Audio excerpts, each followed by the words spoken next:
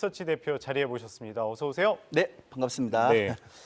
네, 글로벌 시장 먼저 한번 점검해 보도록 하겠습니다. 이 실리콘밸리 은행 파산에 이어서 이 크레디티 스위스 또 도이치방크까지 이르기까지 계속 은행 위기가 계속되고 있는데 다행히 이제 도이치방크 관련해서는 그렇게 걱정할 필요가 없다라는 의견이 나오고 있습니다.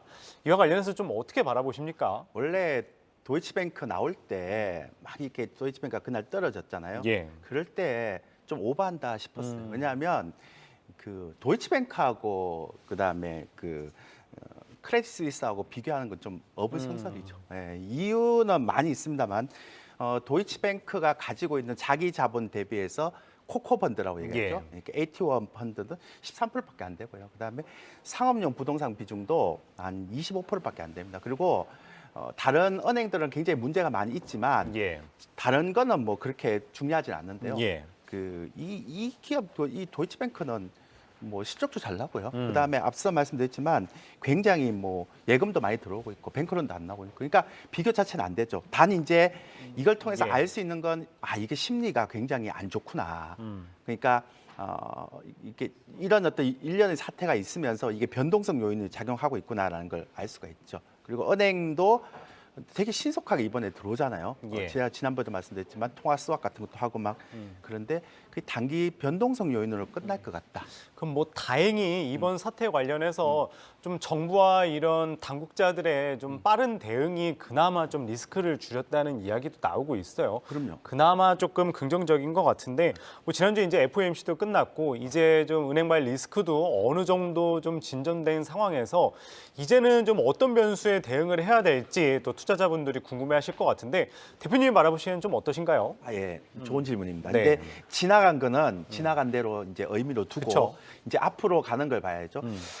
되게 중요한 게 하나 있었는데 어제 그러니까 오늘 시장이 왜 올라가는가 하면 어제 장 마감하고 미국에서 그 BTFP를 전면적으로 확대한다는 얘기가 나왔잖아요. 그러니까 이러면 굉장히 안정화되죠. 왜냐하면 그러니까 페드가 국채라든지 모기지에 대한 부분을 단기로 이렇게 액면가로 이렇게 단기 대출을 계속 해준다는 얘기잖아요.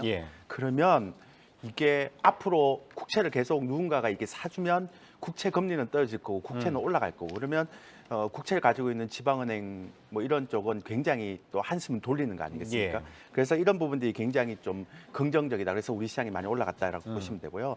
근데 이제 FOMC 금리는 제가 계속 말씀드렸잖아요.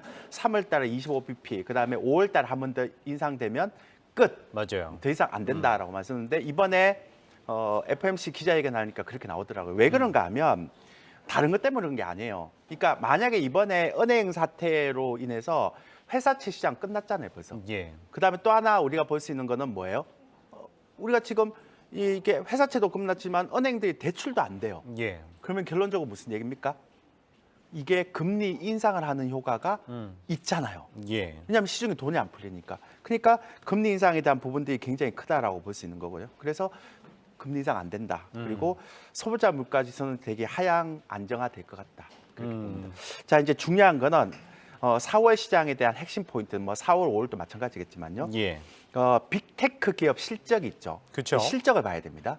그다음에 미국 국채 금리 동향 봐야 됩니다. 왜냐하면 아까 말씀드렸지만은 정책적인 부분에서 BTFP를 했기 때문에 이제 국채 금리가 서서히 내려가고 국채 가격이 올라오면 실질적으로 은행에 대한 부분들이 좀 안정화될 수 있는 거죠.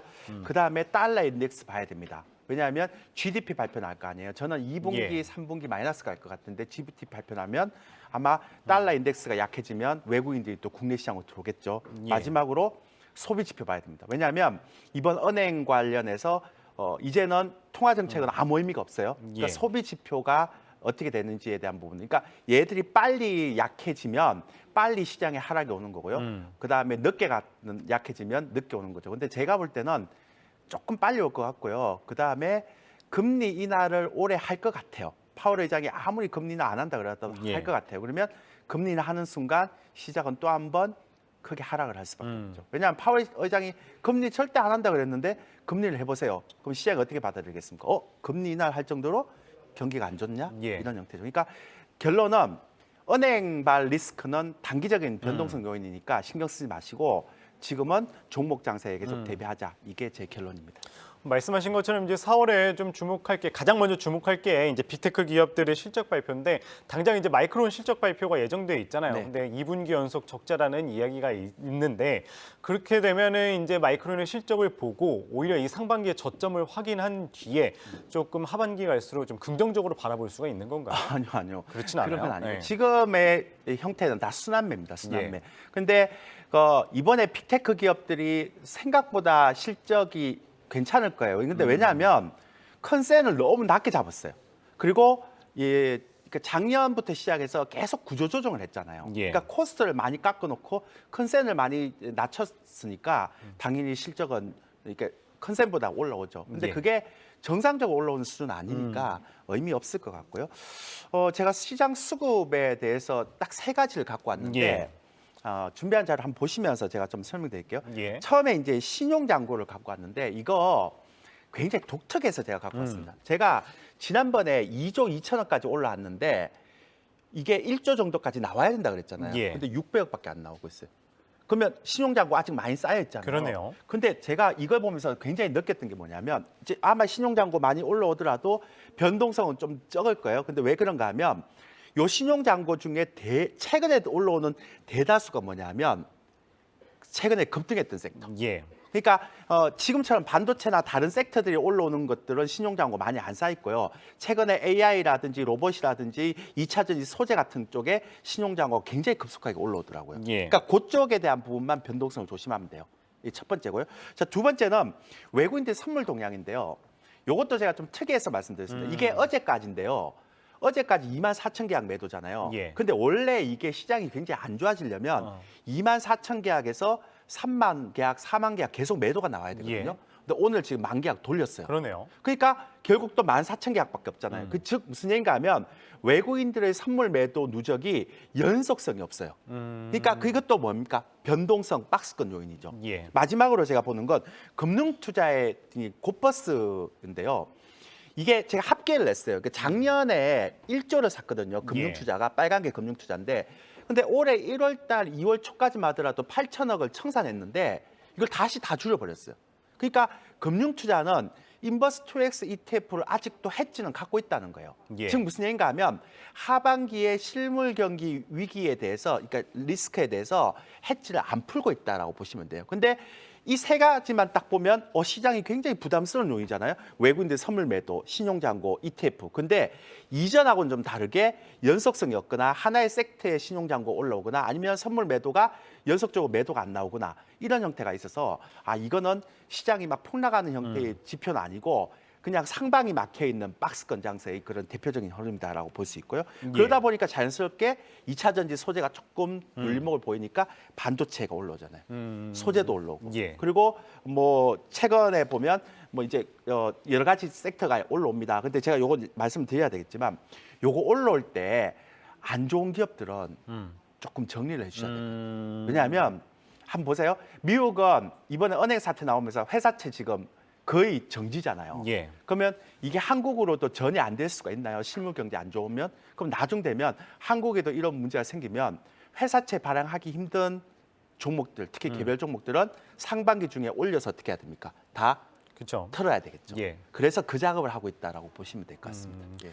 그렇다면 어쨌든 지금 이제 순환매 장세, 종목 장세가 이어지고 있잖아요. 근데 그러면 반도체 쪽으로 그러면 수급이 몰릴 것으로 예상을 하시는 거예요? 당분간은? 그러니까 제가 지난번에 말씀드렸잖아요. 시장에서 돈이 없기 때문에 네. 어떤 섹터가 한번 눌림목이 들어가야 다른 섹터가 올라오거든요. 예. 근데 지금 소재, 2차 전지 소재나 2차 전지 완성 밧데리 업체가 지금 약간 숨고르기를 하잖아요. 맞아요. 그러니까 이제 다른 틈새 테마로 올라오는 거죠. 그러니까 2차 전지 소재가 계속 조정을 받을 동안은 반도체 소재라든지 다른 낙폭 과대주들이 조금 올라올 가능성이 있다라고 보는 거죠. 근데 혹시 제가 이 얘기 한번 지금부터 하는 얘기는 되게 무서운 얘기인데요. 한국판 니프티 피프티 장세 이거 얘기를 할 거거든요. 여러분들 시장이 너무 많이 변화할 겁니다. 아마 예. 이게 뭐냐면 앞으로 2, 3년 동안에 한국판 니프티 피프티 장세가 될 거예요. 그럼 이 얘기 뭐냐면 1970년대에서 80년대에 미국판 니프티 피프티 장세가 됐잖아요. 예. 그때랑 한국의 경제 분위기랑 똑같습니다, 지금. 그래서 제가 볼 때는 한 30종목이 계속 가는 장세가 조만간 나올 거다. 이렇게 생각합니다. 예, 알겠습니다. 오늘은 조일교 A1 리서치 대표 말씀 들어봤습니다. 고맙습니다.